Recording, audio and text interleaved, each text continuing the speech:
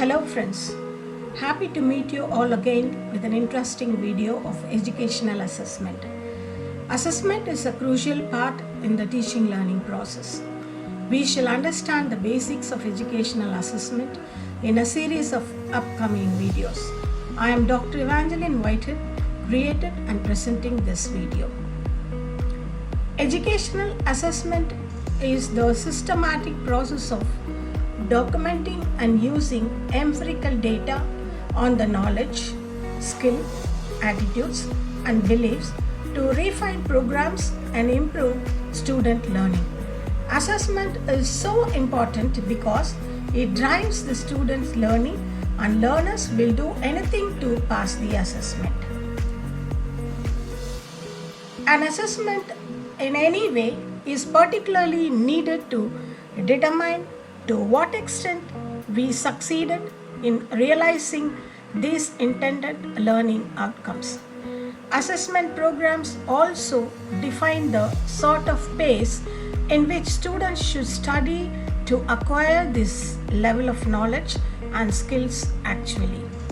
So, a very well thought out assessment program is important for them to study in a pace that is both attainable but also as quickly as possible. There are three types of assessments: formative assessment, summative assessment, and programmatic assessment. Formative assessment includes formative evaluation, formative feedback, or assessment for learning and diagnostic testing. It is a range of formal and informal assessment procedures conducted by teachers during the learning process.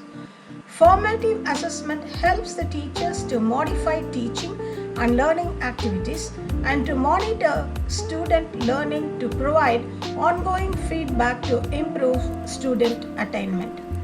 Formative assessment helps students identify their strengths and weaknesses and target areas that need work, and helps to recognize where students are struggling and address problems immediately.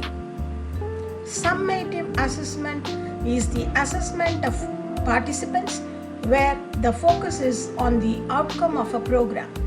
The goal of summative assessment is to evaluate student learning at the end of an instructional unit by comparing it against a standard or benchmark. Summative assessments may be distributed throughout a course after a particular unit has been taught. Formative assessment includes in-class discussions, clicker questions, low-stakes group work, weekly quizzes. Summative assessment includes instructor-created exams, standardized tests, final projects, and final essays. Programmatic assessment is an individual assessment as one data point. In the programmatic assessment, we take one assessment only as one data point, and that data point is optimized for its learning function to the students, so we provide feedback. Functions of an assessment at the end or during the learning process could be: 1. Giving feedback to students, 2.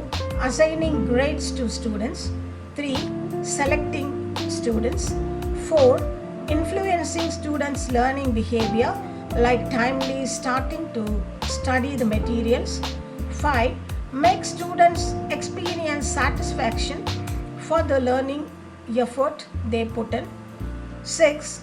Completing or wrapping up the learning process, and finally, assessment could be needed to be accountable to external stakeholders. The utility of an assessment is reflected by 5 factors. These factors are reliability, validity, educational effects, acceptance of stakeholders, and cost efficiency. Number 1, reliability. Reliability is reflecting to what extent repetitive sessions of an assessment instrument will generate the same results. In other words, if two or more comparable groups of students will be assessed, the same results should come out of it. We know from research that reliability is influenced by the length of an exam, the number and the diversity of questions in an exam, the transparency of an assessment, and the clarity of the language used, then the clarity of expectations of both students and the teacher. Number 2, validity. Validity we mean, does the assessment actually measure what we want to measure? In other words, the validity of an assessment is aligned with the formulated learning objective, and does it provide us with insight into which extent these objectives have been reached. For example, assume you want your students to learn how to repair a flat bike tire. If the assessment of this learning process will be a multiple choice test in which students would have to name all the bike parts in repairing a flat tire, we would not accept this as being a valid assessment because the assessment does not measure the real intended learning outcomes. Number 3, educational effects. Assessment influences the learning process, and the learning process is influenced by the assessment to have a positive or a negative effect. The assessment offers students information on how well they did in the learning process. This is called feedback. The assessment offers students information on how to improve next time. This is called feed forward. The assessment offers students information on how their learning outcomes contribute to achieving the higher level program outcomes. This is called feed up. A badly designed assessment could really have a serious negative effect on reaching the learning goals and on complying to the function of the assessment. Number 4, acceptance by stakeholders. A chosen assessment methodology needs to be accepted by all crucial stakeholders. This means students, teachers, and program management should have enough confidence in the outcomes generated by the assessment. Number 5, cost or better cost efficiency. In all assessment methods, costs are involved. Costs for the staff, location, technology, etc. are involved. The cost efficiency is the number of students divided by the cost.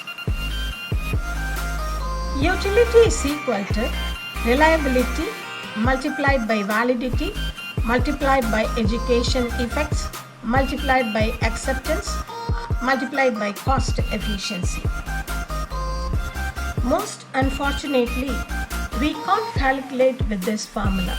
It merely gives us an insight, a perspective to help us select assessments, and the only thing we can say is that none of the factors should be too low or even zero.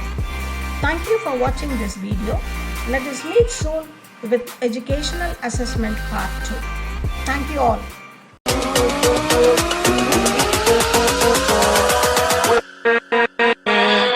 With